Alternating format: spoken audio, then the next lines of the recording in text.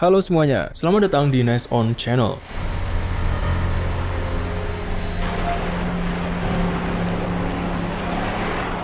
Kapal induk adalah bandara terapung paling sibuk dengan lalu lintas jet tempur yang padat hampir sepanjang waktu.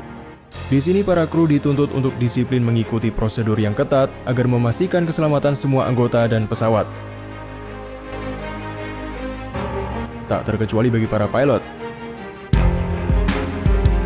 Tugas pilot sangat penting untuk operasi penerbangan.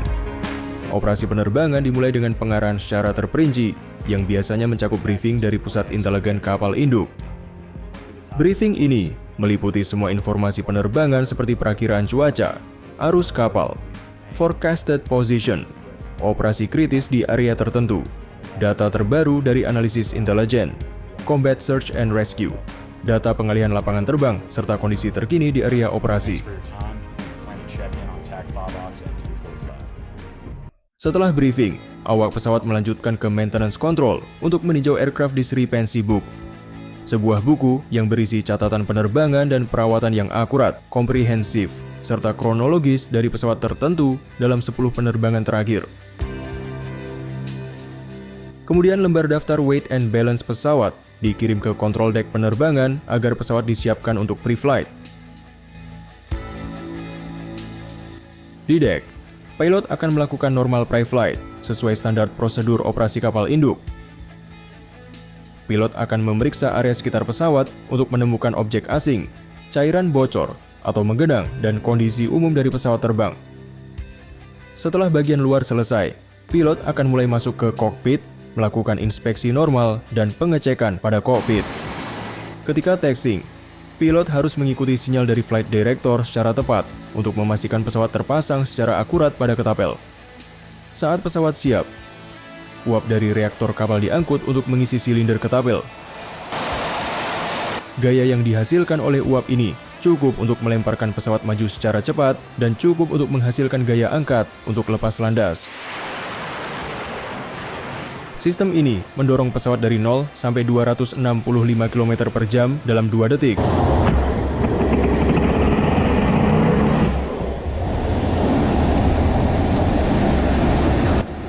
Pilot memiliki sekitar 15 hari terbang per bulan atau kurang, tergantung oleh kondisi.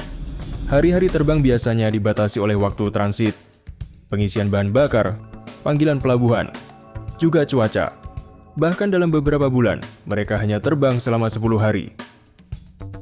Pada hari terbang, pilot diwajibkan untuk terbang setiap hari dengan 1 kali penerbangan di siang hari dan 1 kali di malam hari.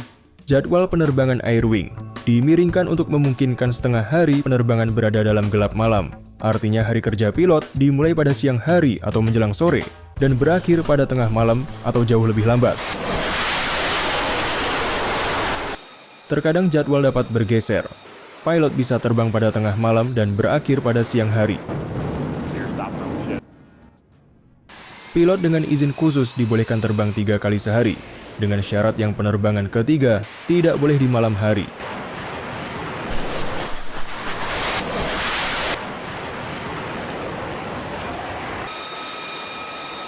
Karena jadwal yang sering bergeser, makan pagi seringnya dilakukan di siang hari dan makan malam pada tengah malam.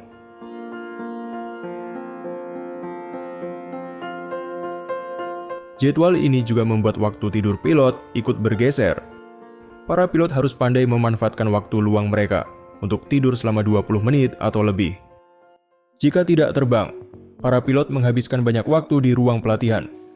Mereka berlatih tentang taktik, ancaman, senjata, prosedur launch and recovery di kapal induk, dan tak kalah penting adalah prosedur MCON atau kontrol emisi untuk mencegah musuh dapat mendeteksi, mengidentifikasi, dan menemukan pesawat mereka. Kontrol emisi penting karena memiliki pemahaman dan kendali atas semua emisi pesawat adalah hal mendasar bagi keberhasilan dalam pertempuran dan keselamatan pilot.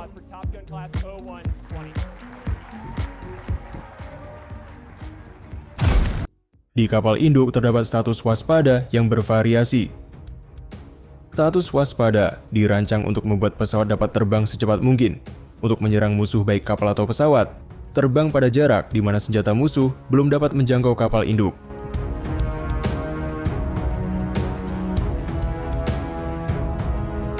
Jadi dalam hal ini, pilot harus selalu siap siaga.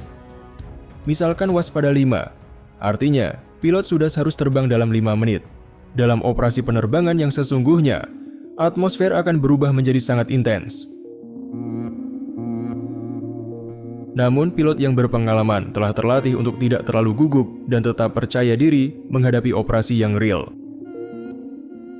Dalam beberapa kesempatan, para pilot diberikan hak istimewa melakukan pertunjukan udara untuk pengunjung spesial di kapal induk. Di sini mereka melakukan beberapa manuver yang meliputi lepas landas, terbang lintas, dan mendarat.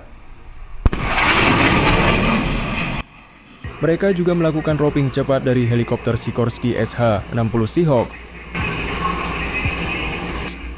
Teknik ini memungkinkan pasukan dikerahkan dari helikopter di tempat-tempat di mana pesawat tidak bisa mendarat.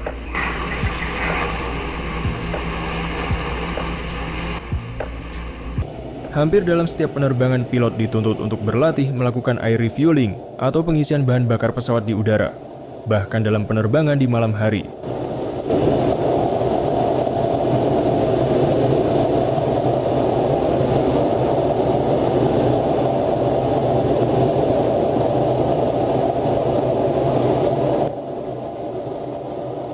Fakta menariknya, dalam sebagian besar penerbangan, hampir tidak ada pembicaraan.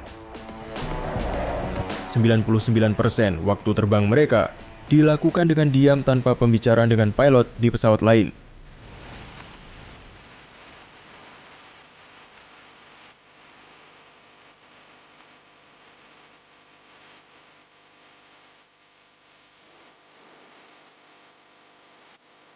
Pilot di kapal induk dilatih untuk melakukan peluncuran, misi, dan recovery tanpa ada siaran radio sama sekali. Untuk dapat melakukannya, dibutuhkan banyak latihan dan kepatuhan yang ketat terhadap prosedur. Tentu ini bertolak belakang dengan penggambaran di film Top Gun, yang mayoritas waktu penerbangan diisi dengan mengobrol dengan pilot lain lewat radio dan menyerukan setiap tindakan yang mereka ambil. Jesus, Rooster, not that fast! That's it, kid, that's it. Alright, let's go. Itu semua adalah murni fiksi, karena dalam misi penerbangan yang real, justru sebaliknya. Fakta lainnya, tidak ada pilot yang membawa foto istri atau pacar mereka dan menempelkannya di panel instrumen selama penerbangan. Lagi-lagi, ide itu berawal dari film Hollywood. Melakukan pemotretan dari dalam pesawat saat terbang juga dilarang, kecuali ada izin terlebih dahulu.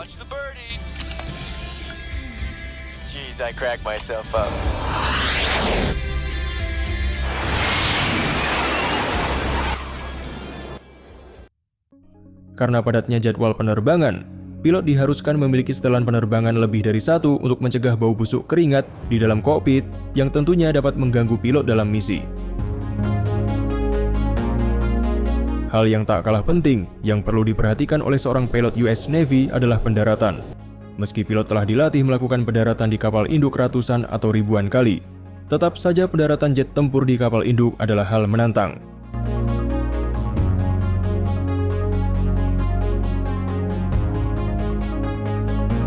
Berbeda dengan pendaratan normal di bandara, dibutuhkan keterampilan khusus dan presisi untuk mendaratkan jet tempur berkecepatan tinggi di landasan 150 meter yang mengapung dan bergerak di tengah lautan.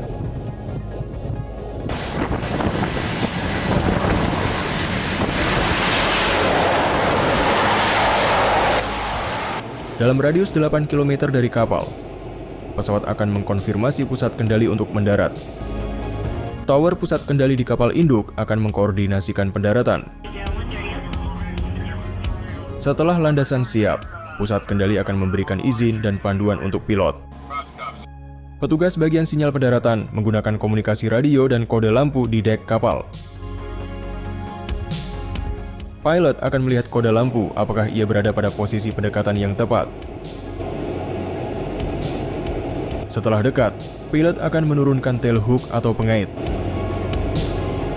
Pilot akan melakukan pendaratan dengan menempatkan tailhook pada salah satu dari 4 kabel baja penangkap yang dipasang di landasan.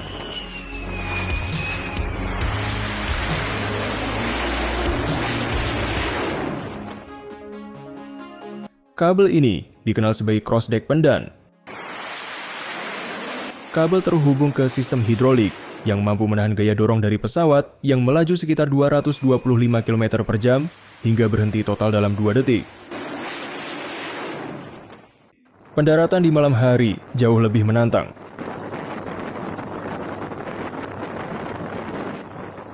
Demi keamanan, kapal induk hanya menyalakan lampu yang redup di malam hari. Dalam kondisi gelap, pilot harus mampu mengarahkan pesawat tepat ke dek kapal. Jika pilot masuk terlalu rendah atau terlalu lambat, pesawat akan menabrak kapal. Memang secara sekilas terlihat mudah, namun dalam prosesnya cukup intens. Tidak boleh ada kesalahan baik dari pilot maupun kru di kapal. Kesalahan sedikit saja dapat berakibat fatal bagi pilot dan dapat menelan kerugian jutaan dolar. Seperti pada video berikut, sebuah pesawat FA-14 Hornet yang mengalami patah kabel saat mendarat.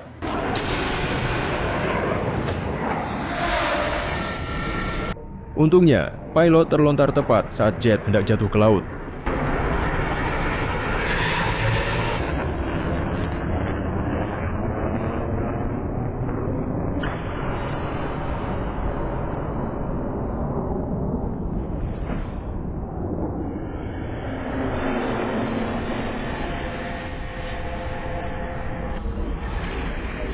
Yang juga mengejutkan adalah seorang yellow crew. Ia berhasil selamat setelah melompati hembusan kencang 100 mil per jam dari kabel baja yang patah. Tidak hanya sekali, namun 2 kali seperti atlet lompat tali. Namun naas, 7 kru lainnya terluka parah dan 3 kru dalam kondisi serius hingga harus dievakuasi oleh helikopter. Insiden ini memakan kerugian hingga lebih dari 70 juta dolar. Inilah akhir dari episode kali ini. Bagaimana menurutmu? Tulis pendapatmu di kolom komentar. Dan nantikan episode selanjutnya hanya di Next On.